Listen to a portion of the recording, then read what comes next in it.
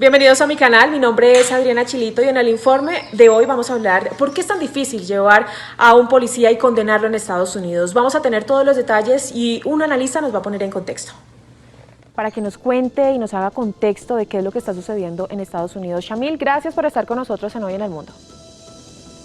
Muchas gracias por la invitación. Bueno, díganos usted, ¿por qué es tan difícil llevar a juicio a un policía en Estados Unidos? Porque en Estados Unidos existe una violencia de carácter estructural contra las comunidades afro. Digamos que es algo que viene desde la esclavitud, es algo que tiene que ver también con cómo está organizada esa sociedad y pues la policía es una institución que está para guardar el orden establecido en ese país, así como en cualquier otro. Y el orden es ese, es un orden racista y es un orden excluyente. Bueno, nosotros tenemos conocimiento de declaraciones que hacía, por ejemplo, el expresidente de Estados Unidos, Barack Obama, y que decía que era muy controversial que las prácticas de la policía en Estados Unidos fueran las mismas de hace 50 años, que era necesaria una reestructuración. ¿Usted qué piensa al respecto? Bueno, es que es cierto, este no es el primer caso. Hubo también uno en 1992 muy sonado que fue el de Rodney King. Fue golpeado por 4 policías de manera salvaje. En ese tiempo no habían redes sociales. Afortunadamente hubo un vecino que grabó el hecho con una cámara. Eso llegó a las noticias. Los policías fueron apresados. Esos policías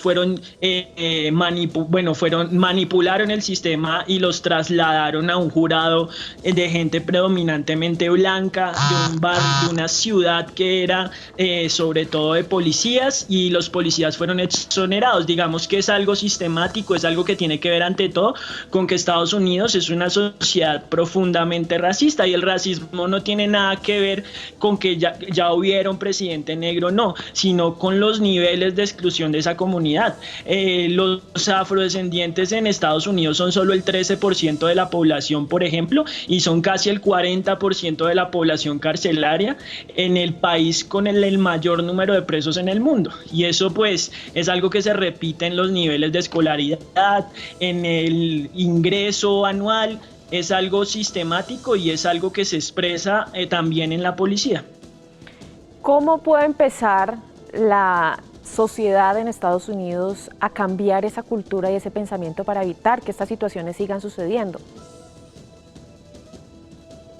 Bueno, pues es que eso, como le digo, viene desde el siglo XIX. Eso tiene que ver con la cultura esclavista. 300 años de esclavismo no se desprenden de un momento a otro, pero yo creería que eso tiene que ver ante todo con que Estados Unidos asuma que no puede simple y llanamente mirar para otro lado, que tiene que hacer una discusión pública muy amplia al respecto. Y personalmente considero que movimientos como Black Lives Matter tienen muchísimo que ver en el papel que debe jugar la ciudadanía, porque más allá como de estos brotes de respuestas populares ante la violencia policial, pues al final lo que se debe hacer ante todo es una discusión pública abierta, una discusión pública que pase porque las autoridades reconozcan sus errores, reconozcan la exclusión y empiecen a adelantar políticas realmente incluyentes en términos de salud, de educación, en términos culturales, y eso pues es un proceso a mediano y largo plazo que Estados Unidos no ha querido enfrentar y que ningún país de América ha querido enfrentar realmente. O sea, eso no es un problema solo de los Estados Unidos, sino que prácticamente de todos los países de este lado del mundo. De pronto también en este tipo de controversias, de inconvenientes, de la situación en la sociedad, lo que está pasando en estos momentos tenga que ver también con los gobernantes. Por ejemplo, en Estados Unidos, con Donald Trump también, él no ha salido a pedir disculpas a la ciudadanía con todo esto que ha pasado. Y quizá también frente a esto Joe Biden ha aprovechado un poco esta situación y él sí ha salido a las marchas, él ha estado como con las personas, los manifestantes, ha tratado como de integrarse un poco en las manifestaciones. ¿Esto también podría afectar en gran medida la reelección de Donald Trump en noviembre? No sé, la verdad no sé, sobre todo pues porque Donald Trump es presidente de los Estados Unidos precisamente gracias a ese discurso racista, gracias a ese discurso excluyente. O sea, en estos últimos 4 años, pues precisamente por ese presidente los grupos racistas en Estados Unidos se han fortalecido, los grupos neonazis son cada vez más frecuentes estas expresiones de exclusión que no se veían, por ejemplo, desde hace 50, 60 años. Digamos que ahí está la importancia también de los líderes políticos que tienen que ser un ejemplo paradigmático de lo que debería ser su sociedad. Y Estados Unidos es una sociedad que está en decadencia, es una potencia en decadencia y pues Donald Trump es una expresión de eso. Entonces yo no estoy tan seguro de que Donald Trump pierda las elecciones por esta situación. De hecho, pues cuando uno revisa realmente las comunidades afrodescendientes y sobre todo las comunidades organizadas en Estados Unidos estaban apoyando era a Bernie Sanders, no a Joe Biden, porque al final el tema para los estadounidenses no es un cambio cosmético, sino un cambio estructural. Y Joe Biden representa más o menos lo mismo que era Barack Obama. En cambio, Bernie Sanders, que se retiró de la contienda, sí estaba yendo a la raíz del problema, que es la desigualdad social en esa sociedad. Bueno, también quiero adentrarme un poco en el tema de la policía. Nuestro tema de hoy es ¿por qué es tan difícil llevar a juicio a un policía en Estados Unidos?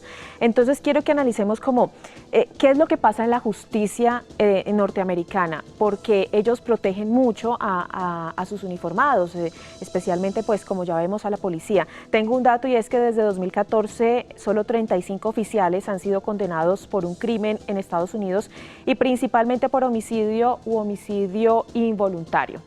¿Cómo funciona la policía y la justicia en Estados Unidos? Y también cómo se puede comparar en cierta medida con la colombiana. Bueno, pues uno podría preguntarse también lo mismo acá en Colombia, porque es tan difícil llevar a un policía o a un soldado criminal acá en Colombia a la justicia.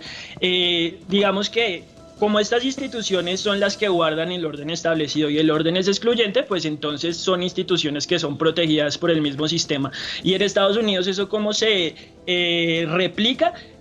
Como para explicarlo de manera sencilla, allá la justicia tiene que ver con presentarle ante un jurado son personas de la comunidad los hechos y ese jurado decide quién tiene la razón o cómo se decide por justicia, ¿cierto? Ese jurado es una representación de la comunidad. El ejemplo que les di ahorita de Rodney King. Entonces, para poder llevar a esos policías a que fueran declarados inocentes, los trasladaron hacia un jurado de gente predominantemente blanca en un lugar donde había sobre todo familias de policías. Entonces, ¿qué es lo que pasa cuando se somete a la justicia o si acaso se llega a someter a la justicia a policías que son culpables de brutalidad policial en Estados Unidos? El jurado tiene un sesgo y es un sesgo que tiende a favorecer a la policía. No significa que no condenen policías por violencia en los Estados Unidos, pero los jurados en Estados Unidos tienen un sesgo favorable a los policías. Bien, pues es Shamil Tahir, analista político, magíster en estudios políticos latinoamericanos. Gracias por estar con nosotros en Hoy en el Mundo, Shamil. Nuevamente, gracias por la invitación. Si quieres mantenerte actualizado con todo lo que sucede a nivel internacional, te invito para que te suscribas a mi canal y actives la campanita de notificaciones. De esta manera YouTube te va a avisar cuando yo suba un nuevo video. Me puedes seguir también en mis diferentes redes sociales. Me encuentras en Instagram, Twitter y también en Facebook como @lachilito. Los espero y nos vemos en un próximo informe.